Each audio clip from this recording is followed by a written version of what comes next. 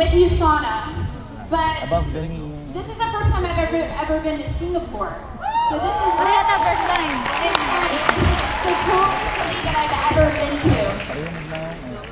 Now I have a question for you guys, and you don't have to have an answer to this question. It's just something to think about. If your life were a book, and you were the author of that book, how would you want your story to go? This is a question that changed my life forever. I grew up in the hot Las Vegas desert, and all I wanted was to be free. I would daydream about traveling the world, living in a place where it snowed, and I would picture all of the stories that I would go on to tell. At the age of 19, I moved to a place where it snowed, Salt Lake City, Utah, and I became a massage therapist.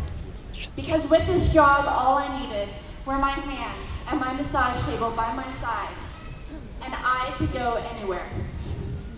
For the first time ever, I felt free, independent, and completely in control of my life. That is, until my life took a detour. I went home one day with what I thought was the flu, and less than 24 hours later, I was in the hospital, on life support, and I was given less than a 2% chance of living. It wasn't until 5 days later, as I lay in a coma, that the doctors diagnosed me with something called meningococcal meningitis, which is actually a vaccine-preventable blood infection. We have no idea how I got it.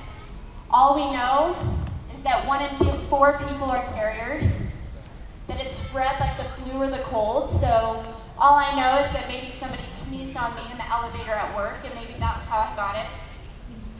But due to this little microscopic bacteria, over the course of 2.5 months, I ended up losing my spleen, I lost my kidney function, I lost the hearing in my left ear, and due to the septic shock that my body went into, I ended up losing both of my legs below the knees.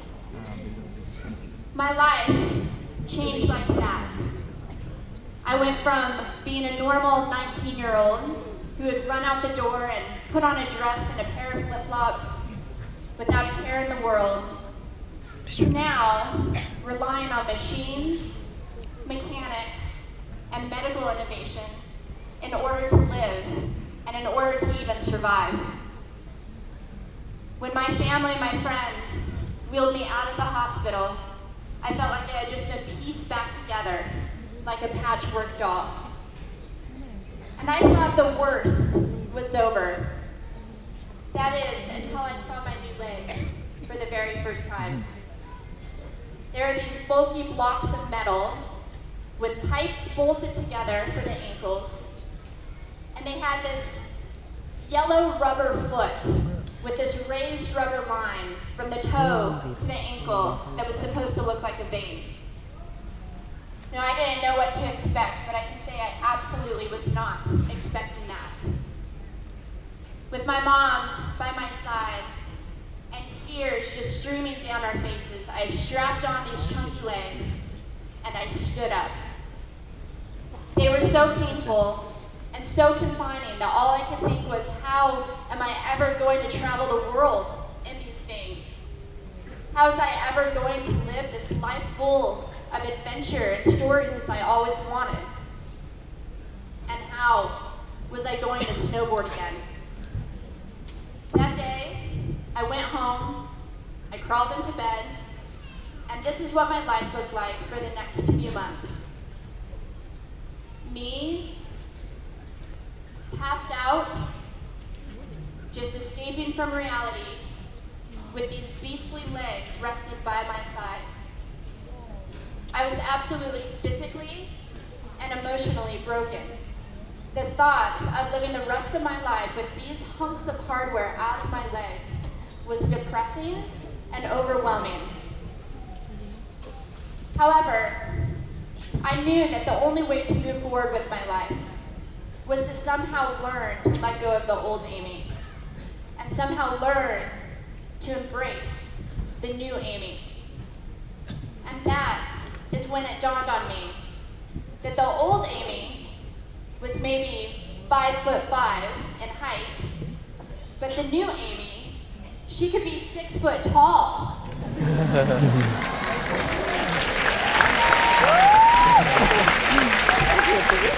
I could be as tall as I wanted, or I could be as short as I wanted, depending on who I was dating at the time. And I actually haven't even decided on a height yet. I'm constantly changing my height. And my husband, which I just got married,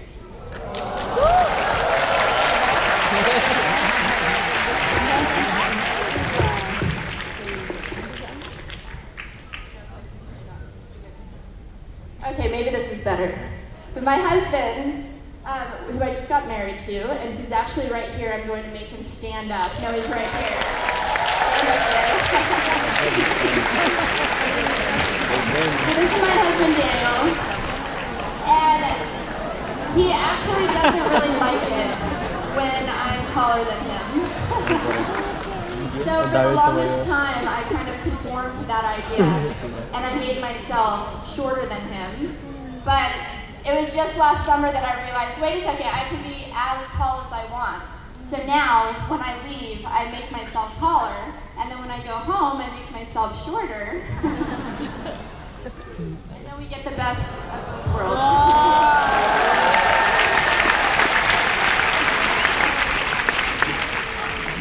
I realized at this time also that if I snowboarded again, my feet weren't going to get cold. And I think the best benefit of all of having 2 prosthetic legs is that I can make my feet whatever size I want.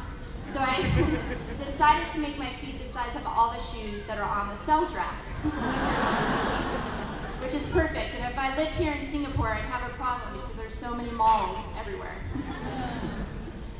Now, just as I started to get used to this new life and this new body, I found out that I had yet another mountain to climb. After a routine visit with my doctor, I found out that my kidneys had failed to heal on their own. And my reaction? I lost it. I screamed words that I could never repeat up here on stage.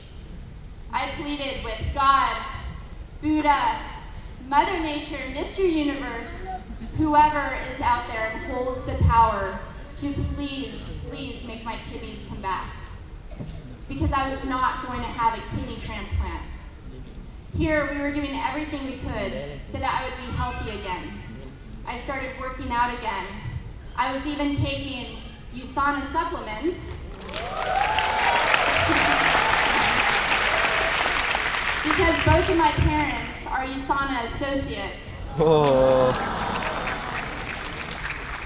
So I grew up taking USANA, and I also grew up watching my parents build their business and seeing how challenging it is, but also how rewarding it is, helping others take control of their health and take control of their life. So even though I was taking my USANA, and even though I was healthy again, there were certain things that I couldn't control, and I needed to have a kidney transplant. So here we were trying to build my immune system, yet with a kidney transplant, I would have to take immune suppressive medication for the rest of my life. And to say that it was a catch-22 would be an understatement. However, it was times like these, times that I had absolutely zero control over, that first prompted me to ask myself that really important question. If my life were a book, and I was the author of that book, how would I want my story to go? And this question allowed me to daydream again, just as I did as a little girl. And I saw myself walking gracefully. And I saw myself somehow helping other people through my journey. And I saw myself snowboarding again. And I didn't just see myself carving down this mountain of powder, I visualized it so strongly that I could actually feel it. I could feel the wind against my face and the beat of my racing heart as if it was happening in that very moment. And that passion and that fire that I felt inside, that is when a new chapter of my life began. 4 months later, I was back up on a snowboard. Although things didn't go quite as expected. The human foot has over 20 bones and over 150 ligaments so that you can jump, so that you can balance. I have one piece of carbon fiber. And at one point, I was carving down the mountain. I rode on my heel edge, and everything was going okay. And then I carved over onto my toe edge, and I hit a bump. And my goggles went one way, my gloves went the other way, and my legs, still attached to my snowboard, went flying down the mountain. And meanwhile, I was still sitting on top of the mountain, completely embarrassed. And I actually at one point heard a lady scream from the chairlift, which is the last thing that you want to see when you're learning to ski or snowboard. If somebody falls and break into pieces, which I'm sure this lady racked up years of therapy bills after that. But I remember being so discouraged and thinking to myself that I could give up, or I could get creative and I can find a way. And that's when I realized that the borders and the obstacles in our lives can only do two things. One, stop us dead in our tracks, or two, force us to get creative.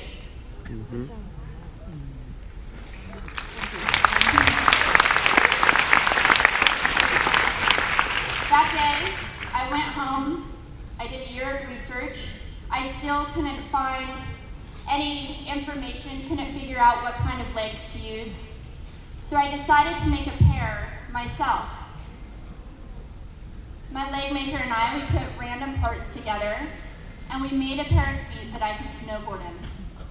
So as you can see, rusted bolts, rubber, wood, and neon pink duct tape. And believe it or not, these actually worked like a charm. It was these legs and the best 21st birthday gift I could ever receive, a new kidney from my dad, that allowed me to follow my dreams again and allowed me to snowboard again.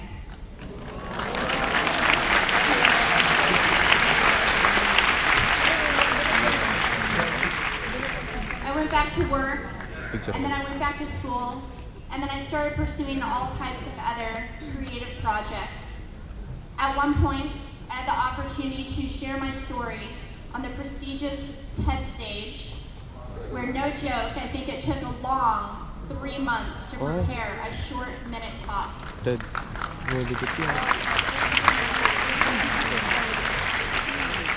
It was the hardest thing that I had ever put myself through. But because of all of that hard work, the video to this talk went viral, and it changed the course of my life forever. And I learned that when I pursued the things that I was passionate about, that I was changing my story. And that we don't need to be limited by our circumstances, but that our circumstances can actually open up a whole world of unlimited possibilities. Yes. Not long after this speech went viral, I got the opportunity to share my story all over the world. I even got the opportunity to race around the world while I was on the TV show, The Amazing Race.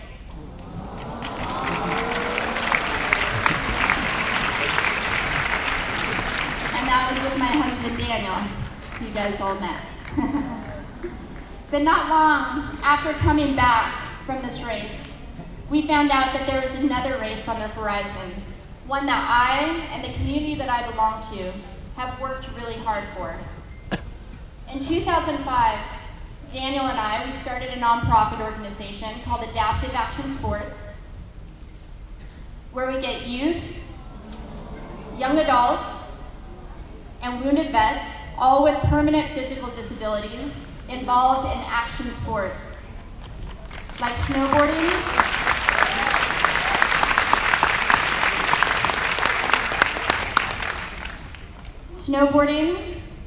and skateboarding.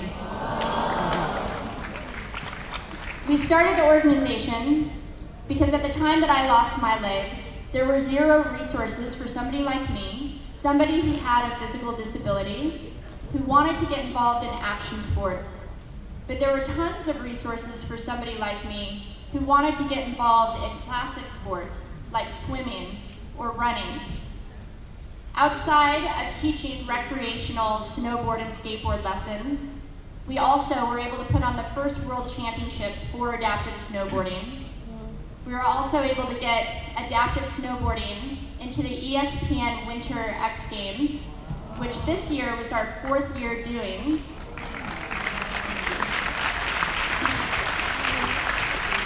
And believe it or not, all of the athletes in this picture all have prosthetic legs, just like me.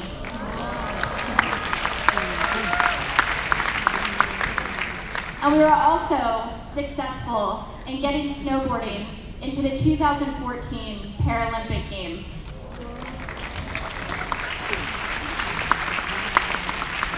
So once the race to get snowboarding into the Paralympics was over, I began the race to make the first ever US Paralympic snowboard team. And I made it my mission to train around the clock. For a year and a half, I was working on legs and mechanics and feet and ankles, trying to get my feet so that they would work, so that I could compete. Because the thing is, I'm the only double leg amputee competitive snowboarder in the entire world.